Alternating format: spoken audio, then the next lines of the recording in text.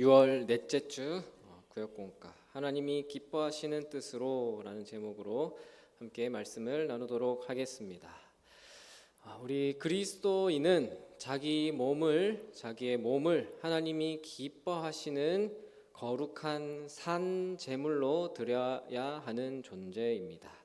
하나님이 그리스도인으로 불러주셨는데 그런 그리스도인이 드려야 할 마땅한 삶의 예배는 이 세대를 본받지 않고 마음을 새롭게 하여 하나님이 기뻐하시는 삶을 사는 것입니다.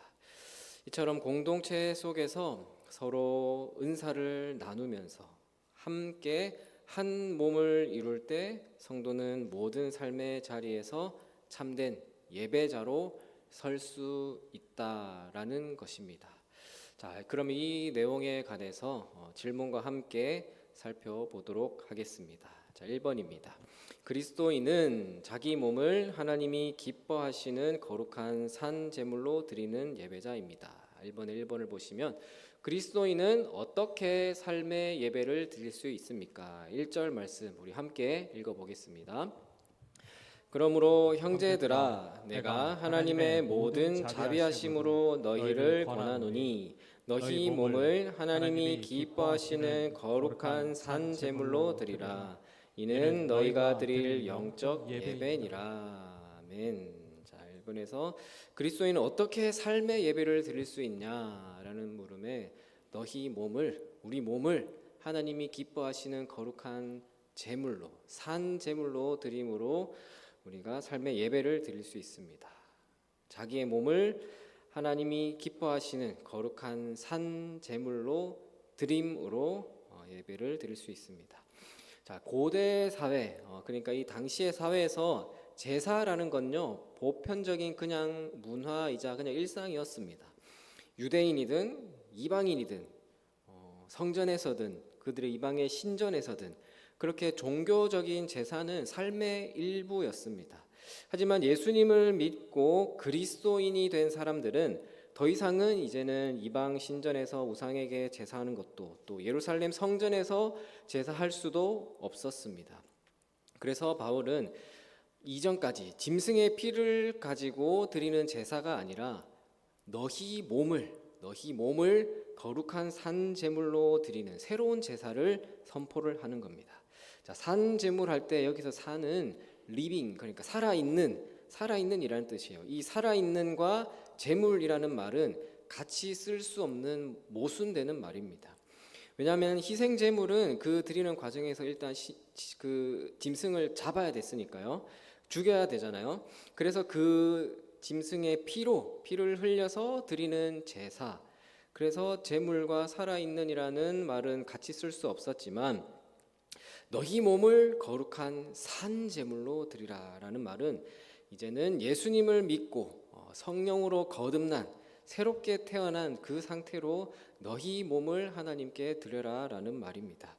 그런 거듭난 사람들이 자기 몸으로 드리는 제사를 바울은 영적 예배다라고 말합니다. 또 영적 예배라는 말은 경우에 합당한 예배라는 말이죠. 그러니까 예수님께서 십자가를 통해서 성전 제사를 단번에 영원히 완성하셨기 때문에 이후에 이제 모든 성도들은 구약 시대처럼 이전 시대처럼 짐승의 피를 가지고 드리는 제사가 아니라 하나님 앞에서 나의 삶을 통해서 온전한 제사, 온전히 예배하는 그런 시대가 열렸다는 것을 바울이 선포하고 있는 것입니다. 자, 그럼 2번입니다. 2번에서 거룩한 예배자가 삶 속에서 지향해야 할 것과 지향해야 할 것은 무엇입니까? 를 2절 말씀, 8장 2절 말씀도 함께 읽어보겠습니다. 너희는 이 세대를 본받지 말고 오직 마음을 새롭게 함으로 변화를 받아 하나님의 선하시고 기뻐하시고 온전하신 뜻이 무엇인지 분별하도록 하라. 자, 먼저는 지향해야 될 것, 하지 말아야 될 게 무엇입니까? 이 세대를 본받지 말아야 하겠죠. 또 지향해야 할 것은 또 어떤 것을 추구해야 하느냐? 그 이후에 마음을 새롭게 함으로 변화를 받아 하나님의 선하시고 온전하신 뜻을 분별하며 사는 것을 지향해야 합니다. 자, 이 시대, 그러니까 이 세상은 죄와 사망의 권세가 득세하는 곳이죠.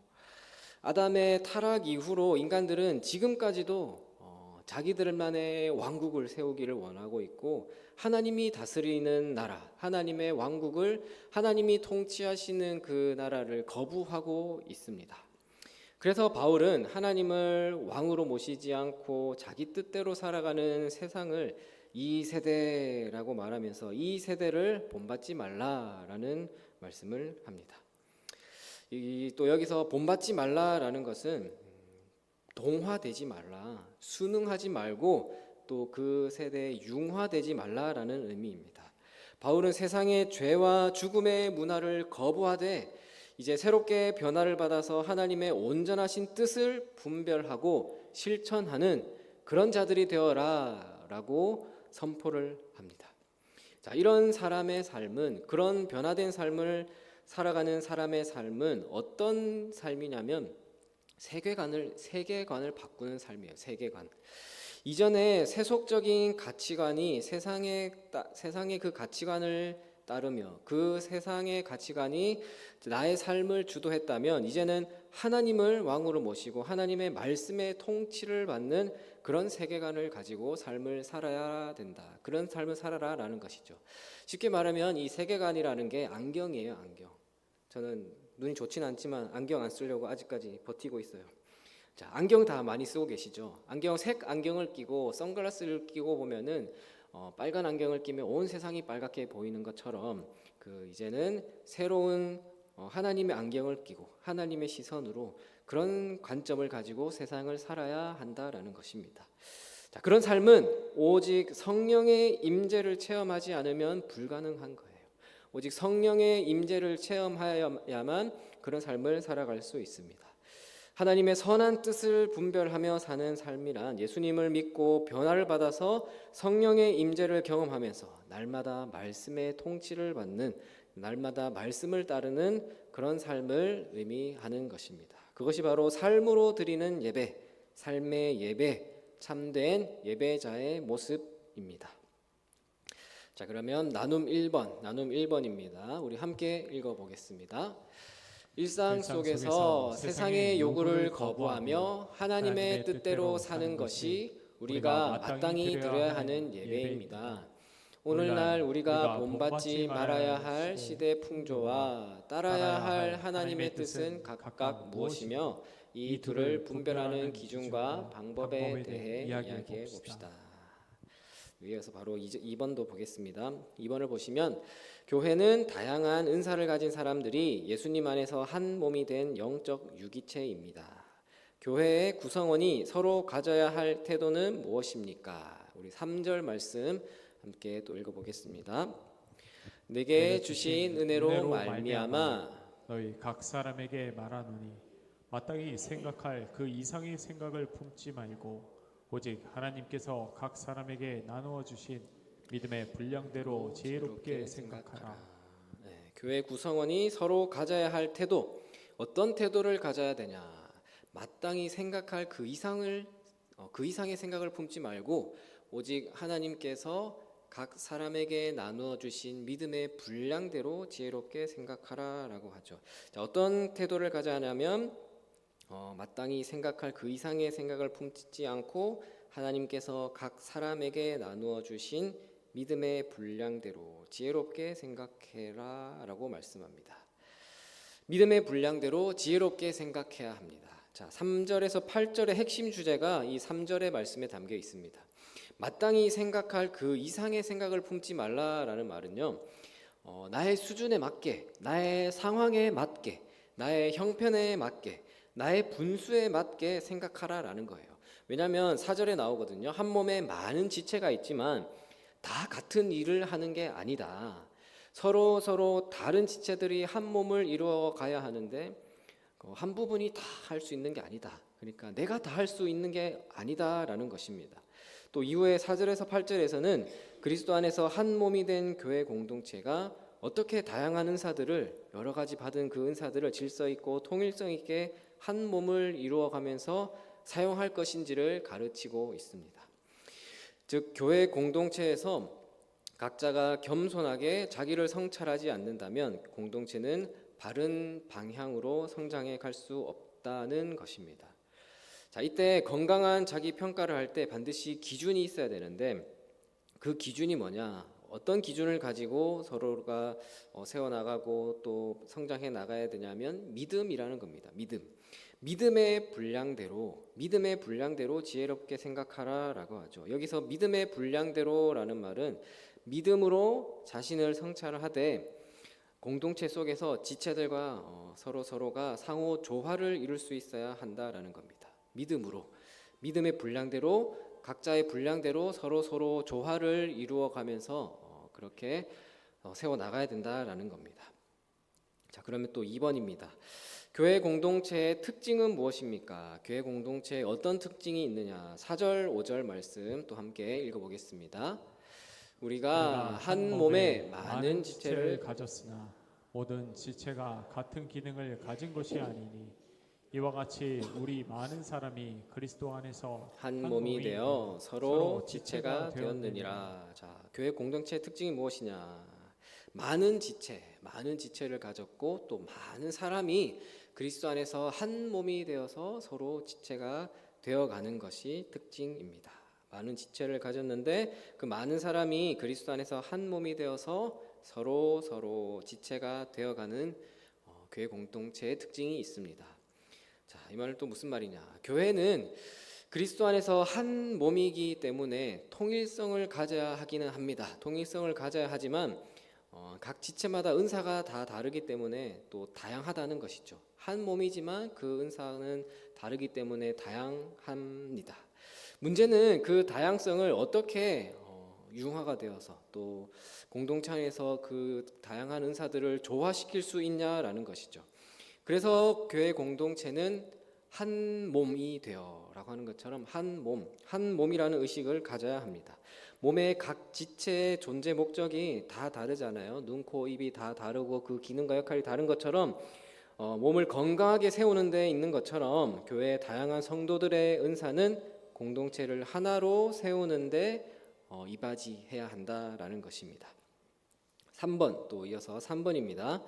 각 지체는 교회 공동체에서 어떤 자세로 봉사해야 합니까? 자, 그럼 어떤 자세로 봉사해야 되는지 6절에서 8절까지 말씀입니다. 또 함께 읽어보겠습니다. 우리에게 주신 은혜대로 받은 은사가 각각 다르니 혹 예언이면 믿음의 분수대로, 혹 섬기는 일이면 섬기는 일로, 혹 가르치는 자면 가르치는 일로, 혹 위로하는 자면 위로하는 일로, 구제하는 자는 성실함으로, 다스리는 자는 부지런함으로, 긍휼을 베푸는 자는 즐거움으로 할 것이니라. 자, 각 지체는 교회 공동체에서 어떤 자세로 봉사해야 하냐? 자, 우리에게 주신 은혜대로 또 믿음의 분수대로. 자, 어떤 자세냐면은 각자에게 주신 은혜대로 또 믿음의 분량대로 봉사를 해야 한다라는 겁니다. 각자에게 주신 은혜와 믿음대로 봉사해야 합니다. 봉사의 핵심 원리가 뭐냐면 겸손과 섬김의 자세입니다. 교회 성도들의 은사는 각각 다 다르고 다양합니다. 다른데 그 다름을 틀림으로 생각하지 않는 다른 것이지 틀린 것이 아니다라는 그런 생각, 그런 우리가 겸손한 마음이 필요합니다. 나와 다른 은사를 가진 사람들이 봉사를 하는 데 있어서 우리가 포용하고 또 인정할 수 있어야 한다라는 것입니다. 그래서 참된 봉사는 겸손한 마음으로 공동체 지체의 다름을 또 인정하고 포용하면서 서로의 부족한 부분을 채워주는 섬김, 각자에게 주신 은혜와 믿음대로 서로가 섬겨 나가는 것이 교회 공동체의 봉사라는 겁니다. 그래서 참된 섬김과 봉사가 있을 때 공동체는 건강하게 성장할 수 있습니다. 자, 그럼 마지막으로 나눔 2번, 3번 또 같이 읽어보겠습니다. 나눔 2번입니다. 하나님이 각 사람에게 다양한 은사와 직분을 주신 이유는 교회를 한 몸으로 세우기 위함입니다. 하나님이 내게 주신 은사는 무엇입니까? 이 은사를 공동체에서 어떻게 활용해야 하는지 서로 나눠봅시다. 네, 우리에게 각자 맡겨진 그런 직분, 또 봉사의 자리, 또 섬김의 자리가 또 하나님께서 각자에게 주신 그 자리들이 있죠. 하나님께서 그 나에게 주신 은사가 무엇인지, 어떻게 공동체를 위해서 내가 쓰임 받을 수 있는지, 그런 섬김에 각자의 그런 생각이 좀 깊어지셨으면 좋겠습니다. 또 나눔 3번입니다. 하나님은 다양한 사람을 교회로 불러 각 사람에게 적합한 은사와 직분을 주셨습니다. 따라서 우리는 서로 은사와 직분을 비교하며 경쟁하지 말고 존중해야 합니다. 다양한 사람들과 어울려 하나님 나라와 교회를 위해 협력했던 경험이 있다면 나눠봅시다. 네, 오늘 본문에서 크게 두 가지만 정리를 하고 마무리를 하겠습니다. 자, 첫 번째는 뭐냐면요, 오늘 말씀에서 이 내용에서 주시는 말씀이 뭐냐면 세상을 본받지 않는 삶을 살아야 되는데, 세상을 본받지 않는 삶을 살기 위해서는 우리의 마음을 새롭게 해야 한다라는 겁니다. 우리의 마음을 새롭게 해야 합니다. 오늘 본문 1절에서 우리의 몸을 하나님께 드리라라고 말씀하셨죠. 우리의 몸이 하나님이 기뻐하시는 도구로 사용되려면 우리의 마음이 바뀌어야 돼요. 마음이 변화되어야 합니다. 사실 사람의 마음이라는 게 변화되는 게 결코 쉬운 일이 아닙니다. 우리가 하나님 앞에서는 하나님께서 우리를 의롭다고 해주셨지만, 의롭다고 칭함을 해주셨지만 아직까지 우리 안에는 죄성이 가득합니다. 그래서 히브리서 말씀에 보면요, 히브리서 12장 4절 말씀에 보면 이렇게 말하거든요. 너희가 죄와 싸우되 아직 피 흘리기까지는 대항하지 아니하고. 자, 무슨 말이냐면은 너희가 죄와 싸워야 되는데 피 흘리면서까지 싸워봤느냐? 그 정도로 싸워봤느냐? 없지 않느냐? 그만큼 우리가 죄와 싸우기를 피 흘리기까지 싸워야 된다라는 말씀입니다. 그래서 우리가 성화라는 말을 하죠. 날마다 거룩해지기 위해서, 날마다의 변화를 위해서 조금씩 늘 싸워 나가야 되는 겁니다. 조금씩 변화되는 우리의 모습을 통해서 세상을 본받지 않으므로 우리의 마음을 늘 새롭게 해야 합니다. 그래서 하나님의 선하시고 기뻐하시고 온전하신 뜻이 무엇인지를 분별해야 되고 그 뜻대로 살기 위해서 우리가 애를 써야 한다라는 것이죠. 그래서 우리가 세상을 본받지 않는 삶을 살기 위해서 우리의 마음을 새롭게 해야 되고, 또 한 가지는 세상을 본받지 않는 삶을 살기 위해서는 우리가 지혜롭게 생각해야 합니다. 지혜로워야 합니다. 오늘 말씀에서 믿음의 분량대로 지혜롭게 생각하라라고 하셨죠. 지혜롭게 생각하되 자기 자신과 주변 사람들에 대해서, 또 우리의 은사에 대해서 지혜롭게 생각해야 합니다. 나 자신에 관해서는 나는 하나님의 사랑을 받은 하나님의 자녀이고 하나님의 은혜를 받은 귀한 존재다라는 그런 인식을 갖고 있는 것은 좋은데, 그게 나만 그런 존재다라고 생각을 하면 안 되겠죠. 그런 교만에 빠지면 안 된다는 겁니다. 그래서 나 자신을 하나님 앞에서 겸손한 마음으로 올바로 돌아보아야 합니다. 그리고 주변 사람들에 대해서 우리가 서로 각각의 은사가 다른 것처럼 서로의 다름을 인정하고 그 가운데서 하나님을 바라보면서 하나님의 영광을 위해서 하나가 될 수 있도록, 한 지체로서 세워나갈 수 있도록 노력해야 하는 겁니다. 그래서 우리가 서로 다르다고 해서 서로 비판하는 것이 아니라 서로가 틀린 것이 아니기 때문에 서로가 서로를 필요로 하는, 서로 돕는 그런 존재들이라는 것입니다. 그래서 우리 모두 함께 어우러져서 주님이 맡겨주신 귀한 사명을 감당하기 위해서 함께 서로 세워가며 함께 나아가야 하는 것입니다. 그리고 은사에 대해서는 한 사람 한 사람에게 각자에게 다른 은사를 주셨습니다. 6절에서 우리에게 주신 은혜대로 받은 은사가 각각 다르니라고 하셨죠. 어떤 분들은 찬양하는 데 있어서 기쁘고, 어떤 분들은 부엌에서 봉사하면서도 기쁘고, 어떤 분들은 주차하면서도, 어떤 분들은 교사 아이들과 함께하면서 각자 여러 자리에서 하나님께서 주신 그 은사대로 각자 자리에서 기쁨을 누립니다. 근데 그 은사를 가지고 어떻게 나를 드러낸 것이 아니라 하나님의 영광을 드러내야 되는 것이죠. 어떻게 내 안에 계신 주님을 드러내는 삶을 사는가라는 것이 중요합니다. 교회는 그리스도의 몸이라고 했습니다. 그리고 교회에 속한 우리들 각자 한 사람 한 사람이 모두 그리스도의 귀한 지체들입니다. 그 지체들이 모여야 교회는 온전한 그리스도의 몸으로서 각 그 지체들이 모여서 한 몸을 이루어 나가서 그 몸의 제 역할을 할 수 있는 것이죠. 그렇기 때문에 예수 그리스도를 주로, 우리 주님을 주로 섬기는 모든 하나님의 자녀들은 교회 안에서 각자 하나님이 주신 은사에 맞게 자기 자리에서 최선을 다해야 합니다. 그런 지혜가 필요한 것입니다. 사랑하는 우리 동인교회 성도 여러분, 오늘 말씀이 로마서 말씀, 참 로마서 말씀이 좀 어려운 것 같지만 조금만 상황을 이해하면 돼요. 자, 이 로마서 말씀은 로마에 있는 사람들에게 보낸 편지잖아요. 로마에 있는 사람들이 어떤 사람들이었냐면 그리스도인들이었어요. 그리스도인이었지만은 유대인이 있었고 이방인들이 있었어요. 유대인 출신 그리스도인이 있고 이방인 출신 그리스도인이 있었어요. 근데 이방인 출신들이 더 많은 거예요. 그러니까 같은 그리스도인이지만 많은 사람들이 모여있기 때문에 다 출신도 다르고 다 배운 것도 다르고 다 다르기 때문에 얼마나 분란이 많았겠습니까? 그래서 또 은사도 다 다르죠. 여러 가지 문제가 있었기 때문에 그래서 바울이 여러 가지 이 로마서를 기록한 여러 가지 목적이 있었겠지만 그 목적 중에 하나가 뭐냐면 그 들려오는 그 로마에 있는 교회 성도들의 이야기를 듣고는 중재를 시키려고 하는 거예요.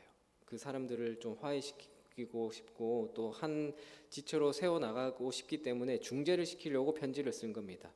무슨 상황인지 다 알고 그럼 너희는 이렇게 하면 되겠다 하고 바로 딱 해결책을 제시해 주는 게 아니라 1장부터 쭉 보시면 무슨 내용이냐면 복음이 뭔지 먼저 설명하고 있잖아요. 복음이 무엇인지. 너희가 지금 이방인이든 유대인들이든 다 그리스도인들이 되었는데 너희가 믿는 그 복음이 어떤 것인지, 복음을 믿고 너희가 받은 그 은혜가 무엇이고 그렇게 해서 너희는 어떤 존재고 어떤 삶을 살아야 되는지 앞에서부터 쭉 설명을 했거든요. 그 다음에 이제 후반부에 와서 지금 너희들이 처해 있는 그 상황들, 지금 이 문제가 있고 저 문제가 있고 그 상황들의 해결책이 뭐냐면 앞에 내가 쭉 얘기했던 복음이라는 겁니다. 내가 얘기하는 이 복음을 바로 믿고 깨달았다면 지금 너희가 처해 있는 문제, 그 문제는 아니라는 거. 문제가 아니라는 거죠. 그 상황을 해결할 수 있는 게 복음이다. 그러니까 너희가 먼저 복음을 이해하면 이 상황들이 자연스럽게 해결될 것이다라는 의미에서 이런 편지를 쓰고 있는 겁니다. 또 오늘 본문 로마서 12장 위에 성경책마다 다르겠지만 그 제목이 표시되어 있죠. 12장 1절 위에 뭐라고 표시되어 있습니까? 제 성경책에는 하나님의 뜻을 분별하는 새 생활이라고 되어 있어요. 하나님의 뜻을 분별하는 새 생활.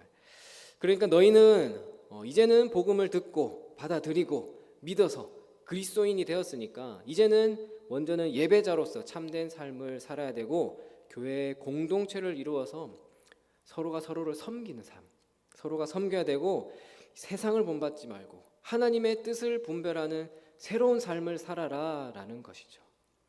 그래서 오늘 우리도요, 이 세상에 살아가고 있지만 세상의 기준과 시류에 따른 그런 삶이 아니라 하나님의 뜻을 분별하여서 먼저는 하나님 앞에서 예배자로서의 삶을 살아가시고 또 한 몸 이룬 교회 공동체의 각 서로가 지체들로서 함께 섬기고 또 함께 서로 세워가는 귀한 주님의 몸된 교회, 우리 특별히 동인교회 성도님들이 다 되시기를 주님의 이름으로 축원합니다.